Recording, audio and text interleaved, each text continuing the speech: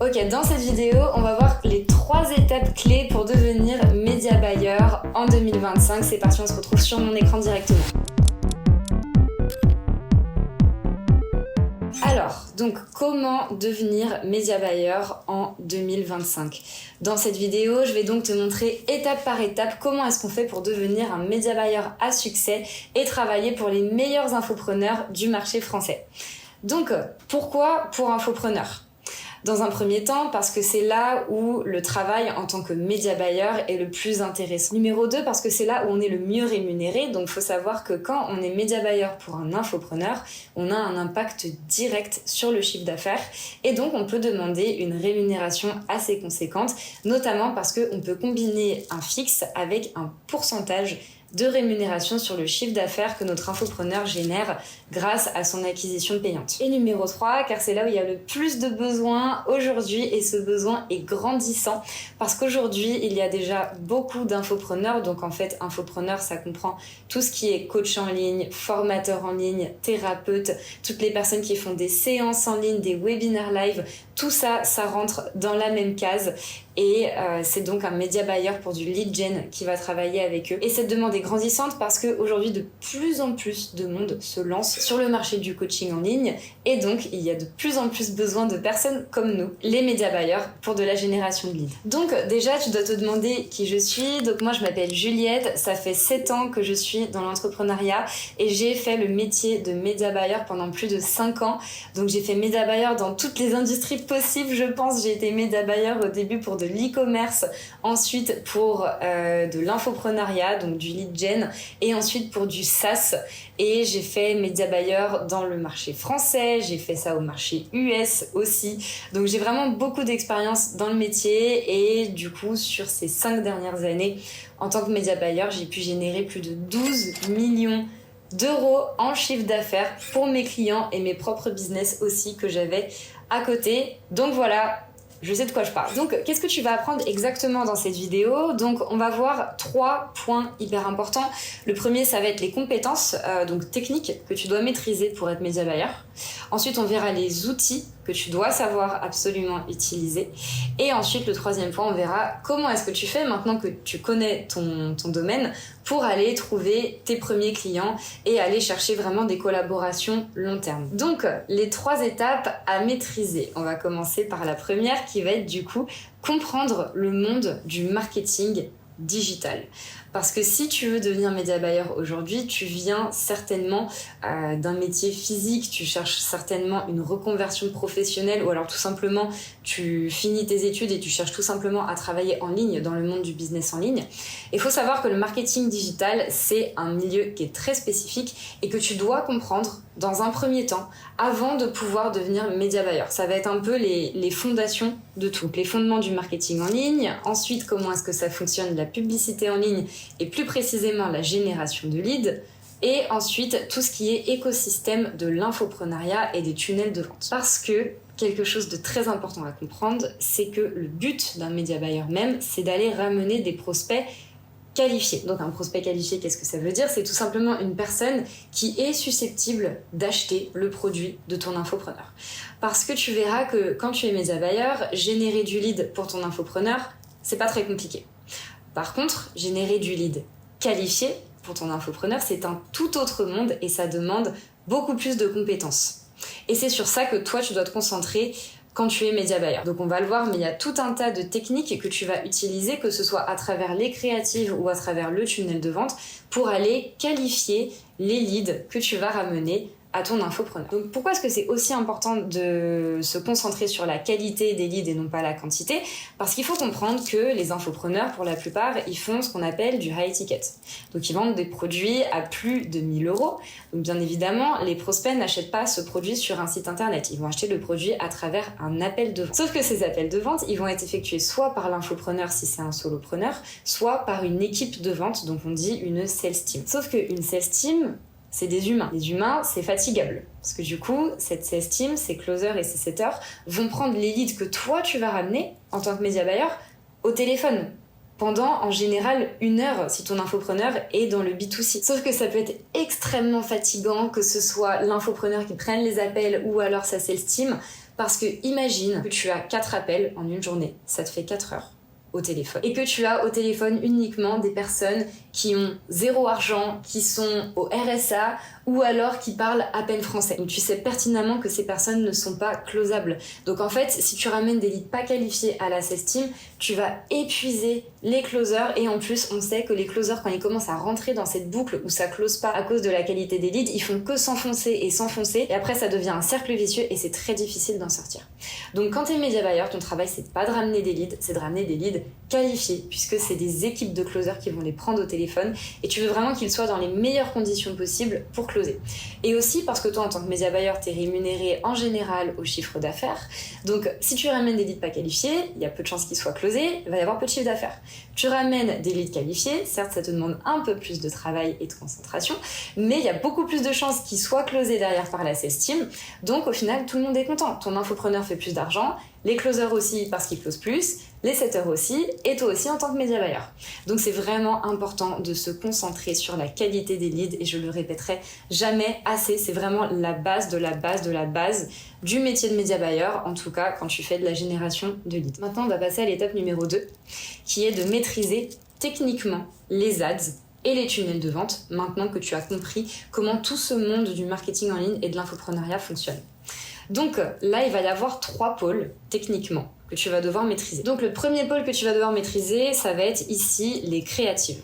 Donc les créatives, ça implique pas mal de choses parce que pour aller créer des bonnes créatives, donc bien évidemment c'est ton infopreneur qui va shooter les créatives, mais c'est toi qui vas devoir aller lui apporter les idées des créatives. Donc pour ça, tu vas commencer par faire un espionnage de la concurrence. Donc pour ça, tu as des outils que tu peux utiliser comme la Facebook Ads Librairie ou alors AdSpy, où tu peux aller voir les créatives de la concurrence de ton infopreneur et voir qu'est-ce qui marche le mieux en ce moment dans ton marché. Parce que une créative, ça fonctionne aussi par rapport à ton marché. Il y a un type de créatif qui va très bien marcher dans un marché, un autre type de créatif dans un autre marché. Donc toi, tu dois vraiment aller faire cette recherche de marché et d'espionnage de la concurrence pour comprendre qu'est-ce qui va fonctionner pour ton infopreneur. Une fois que tu as fait cette recherche de marché et cet espionnage de concurrence, tu vas pouvoir aller scripter et structurer tes ads. Donc là, soit tu as un copywriter dans l'équipe de ton infopreneur qui va travailler en collaboration avec toi pour aller scripter et structurer les ads, parce qu'évidemment, il y a des structures à suivre qui sont complètement différentes, par exemple des réels que tu ferais en organique. Et sinon, s'il n'y a pas de copywriter dans ton équipe et que tu es livré à toi-même, les média buyers, c'est bien connu, on est très cartésien, très logique, très chiffre, et des fois, il nous manque un petit peu ce côté créatif. Donc ce que tu peux aller faire, c'est utiliser ChatGPT, qui est très performant pour te scripter des créatives. Et là, ce qui va être important, c'est vraiment d'aller donner du contexte à ChatGPT. Donc, tu vas lui décrire qui tu es, qu'est-ce que tu fais, quelle est l'offre de ton infopreneur, quelle est l'audience à laquelle il s'adresse, combien de temps tu veux que la créative fasse. Tu peux lui préciser aussi quel type de preuve sociale tu as à ta disposition pour qu'il puisse te l'intégrer dans ta créative.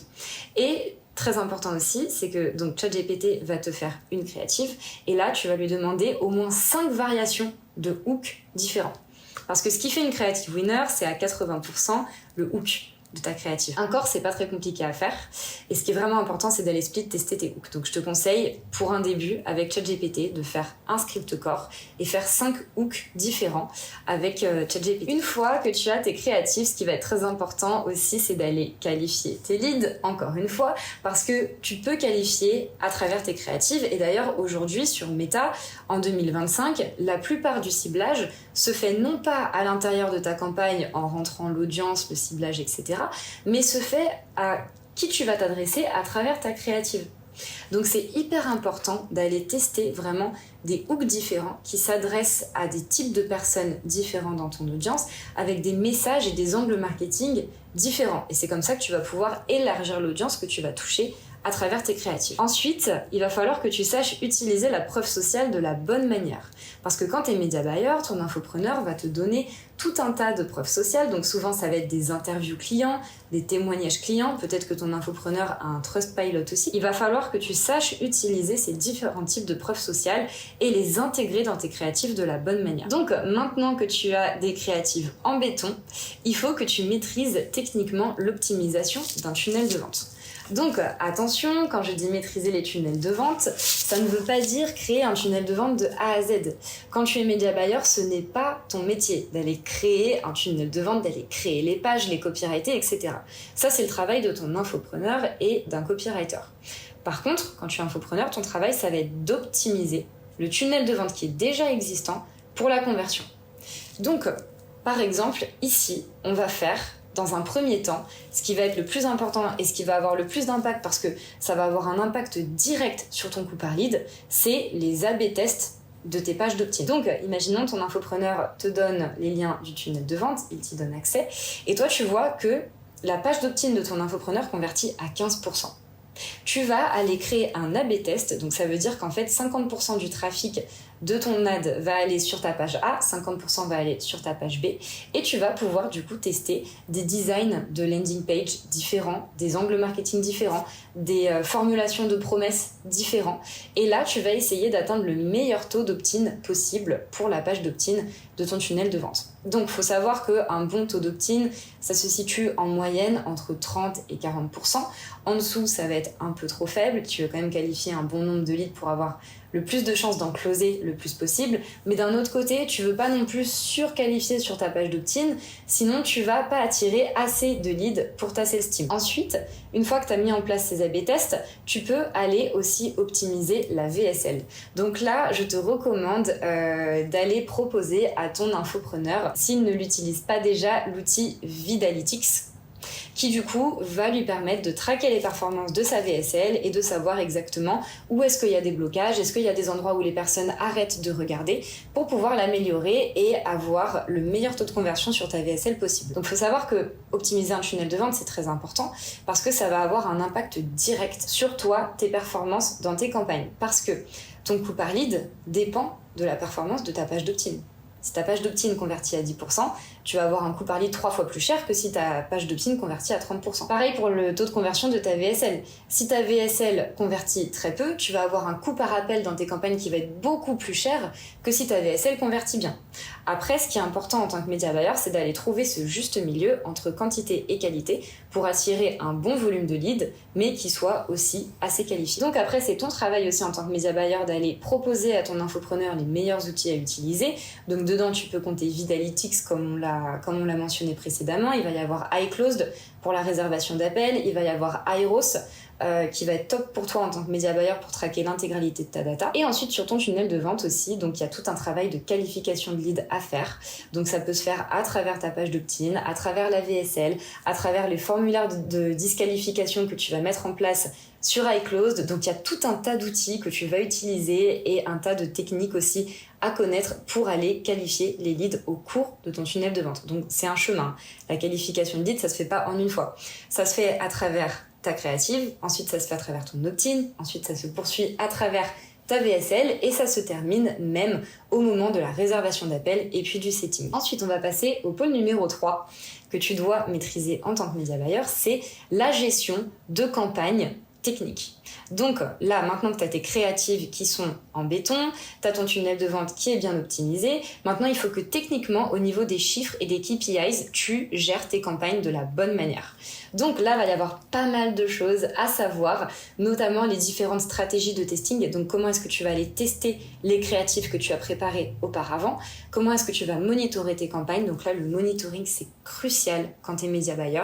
Et c'est là où vraiment se fait la différence entre un média buyer basique et un média buyer très performant. Parce que le monitoring, donc en fait, qu'est-ce que ça veut dire? C'est tout simplement aller vérifier que Meta dépense le budget dans les bons endroits dans ta campagne, c'est-à-dire dans les bons adsets et dans les bonnes créatives. Et que tu vérifies que du coup le budget est bien attribué dans les créatifs qui te ramènent le meilleur coût par lead et que Facebook ne va pas dépenser dans les créatifs qui sont trop chers. Et si c'est le cas, il va falloir que tu ailles manuellement éteindre ces créatives qui sont du coup trop chères. Donc ça, c'est un travail, c'est une routine à se mettre en place en tant que média buyer tous les matins. Donc moi, en tant que média buyeuse, c'est la première chose que je fais quand j'ouvre mon ordi le matin, c'est le monitoring. je vais voir, ok, qu'est-ce qui s'est passé pendant la nuit, où est-ce que le budget a été dépensé, est-ce que ça a été dépensé de la bonne manière ou pas. Si oui, tant mieux, je touche rien. Sinon, je vais faire les ajustements nécessaires pour que le budget soit bien dépensé. Et c'est ça qui va avoir un impact énorme sur ton coût par lead et ton coût par call à la fin de la journée. Donc le monitoring, ultra important de le maîtriser à la perfection. Ensuite, tu vas devoir savoir repérer les winners dans ce que tu as testé et à partir de ces winners, aller proposer à ton infopreneur, donc on dit des variations de créatives. Par exemple, si tu as testé donc tes 5 winners que tu as fait précédemment et tu vois qu'il y en a 2 qui performent super bien, ils pourraient performer encore mieux. Donc en fait, tu vas prendre ces winners et tu vas juste changer quelques petits trucs dessus. Donc par exemple, tu vas changer ton hook, ou alors tu vas changer l'audio qu'il y a en dessous, ou alors tu vas changer l'avatar client. Par exemple, si c'est un homme sur ta créative, tu peux essayer exactement la même créative, mais avec une femme qui dit exactement le même script. Et tout ça, ça peut te faire obtenir des performances encore meilleures. Ensuite, tu vas devoir savoir donc analyser et lire les données correctement. Ça, c'est crucial parce que si tu ne sais pas lire les chiffres, tu es en incapacité de comprendre qu'est-ce qui se passe à l'intérieur du tunnel de conversion de ton infopreneur. Donc ça, pareil, c'est un travail hyper important et ça va avec le monitoring. Ensuite, tu vas devoir maîtriser tout un tas d'autres stratégies une fois que tu as passé cette phase de testing. Ça va être notamment les stratégies de retargeting pour aller reviser les personnes qui ont visité certaines étapes de ton tunnel de vente mais qui n'ont pas finalisé la réservation d'appel. Et ensuite, une fois que tu as toutes ces stratégies de testing et de retargeting qui fonctionnent ensemble, tu vas aller mettre en place des stratégies de scaling. Et là, il y en a tout un tas. Et l'important, en tant que media buyer, c'est de savoir lesquels utiliser et à quel moment. Et ensuite, la dernière chose que tu vas devoir maîtriser sur la gestion technique des campagnes, ça va être le reporting.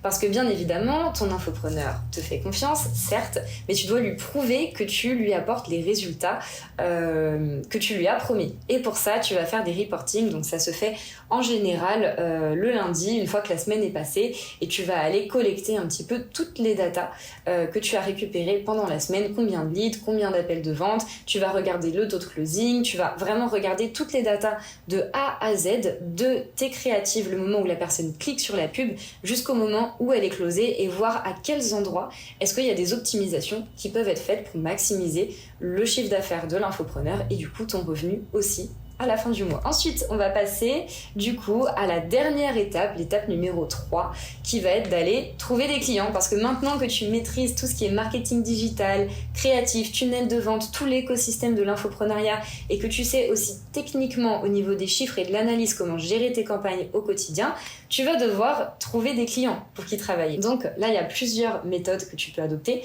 On va parler de 3 méthodes différentes. La première, ça va être tout simplement le démarchage. Donc, le démarchage, il faut savoir qu'aujourd'hui, c'est ultra concurrentiel. Je te le dis parce que je ne suis pas seulement média buyeuse, mais aussi infopreneuse. Et je reçois tous les jours des messages de prospection alors que j'ai une toute petite audience. J'ai à peine 6000 abonnés sur Instagram et je me fais démarcher par des freelances tous les jours. Alors je te laisse imaginer pour ceux qui ont peut-être 50 000 ou même ceux qui ont 100 000 abonnés.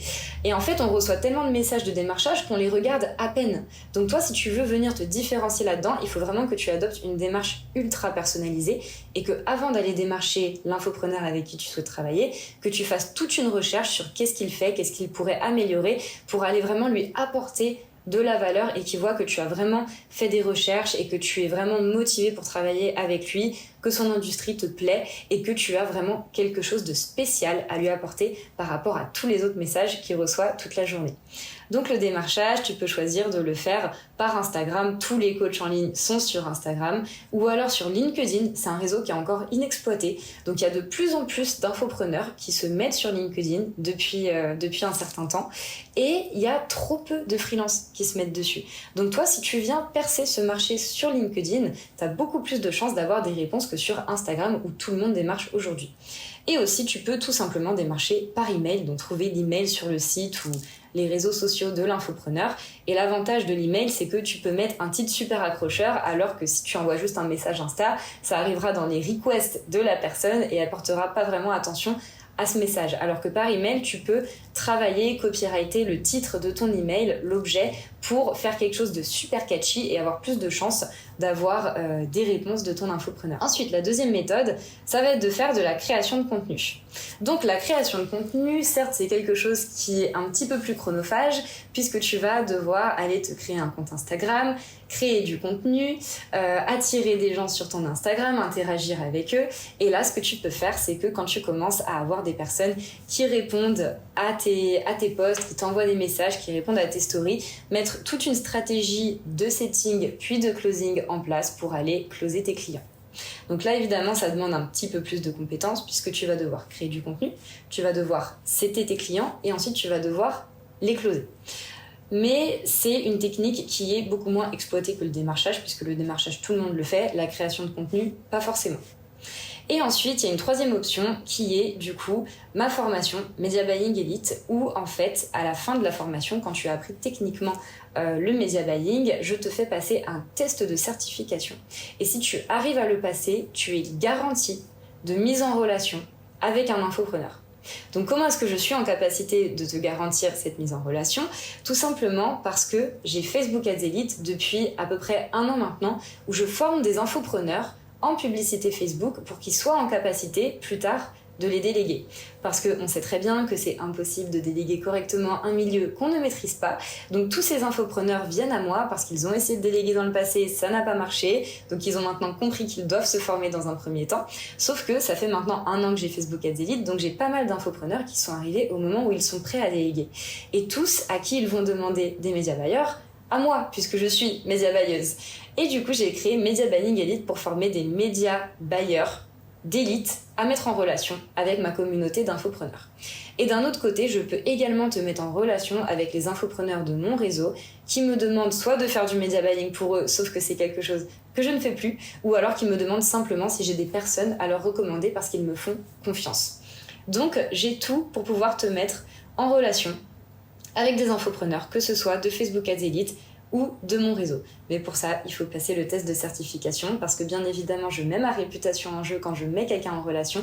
Donc je dois m'assurer que je crée vraiment les meilleurs média buyers du marché français. Et voilà, on est arrivé à la fin de cette vidéo où du coup tu connais maintenant les 3 étapes en détail. Tu as vraiment maintenant un chemin à suivre pour devenir média buyer en 2025 pour infopreneur.